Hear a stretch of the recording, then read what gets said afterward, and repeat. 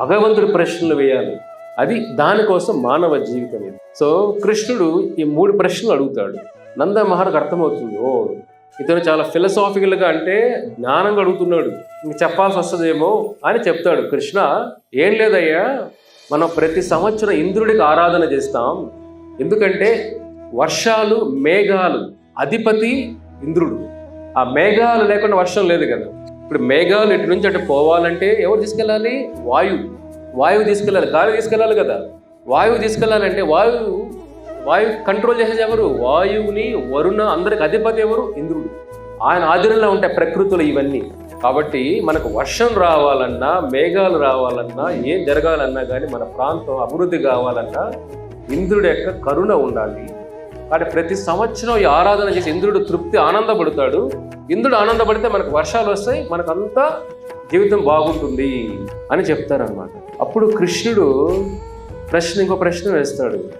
అసలు ఇంద్రుడికి ఆరాధన చేయకపోతే ఏమవుతుంది? ఇంద్రుడు అధిపతి కాదు నాన్న అంటాడు. చిన్న పిల్లవాడు ఎలా చెప్తాడు బుద్ధి. బాస్ ఇక్కడే ఉన్నాడు, హీరో ఇక్కడే ఉన్నాడు. దేవాది దేవలోకాలకు అధిపతి, సర్వలోక మహేశ్వర, భోక్తారం యజ్ఞ తపశం సర్వలోక మహేశ్వరం, సుహృదం సర్వభూతానాం జ్ఞాత్వామ శాంతి మృచ్యతి. కృష్ణ గీతలో చెప్తారు, ఎవరైతే భోక్తారం యజ్ఞ తపశం, అన్ని యజ్ఞాలకి అధిపతి నేనే. అక్కడెక్కడ చూస్తారేంటి అర్జున? యజ్ఞాల అధిపతి ఎవరు? భోక్తారం యజ్ఞ తపశం, తపస్సులకి యజ్ఞాలకు అధిపతి నేనే.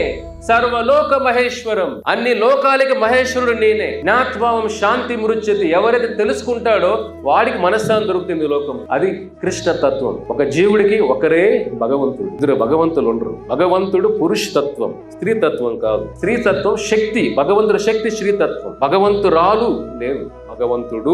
అదే కృష్ణుడు అంటున్నాడు ఇక్కడ గీతలో కూడా. ఇలాగా ఇంద్రుడి చేయకపోతే ఏమవుతుంది నాన్న అంటే, ఇంద్రుడు కోపం వస్తుంది. కృష్ణ, కోపం వచ్చిందంటే అతని కోపానికి మన బృందాన్ని నాశనం చేసేస్తాడు. కాబట్టి మనం తప్పకుండా చేయాల్సిందే అని అంటాడు. Like, share and subscribe to HKM Hindupur channel.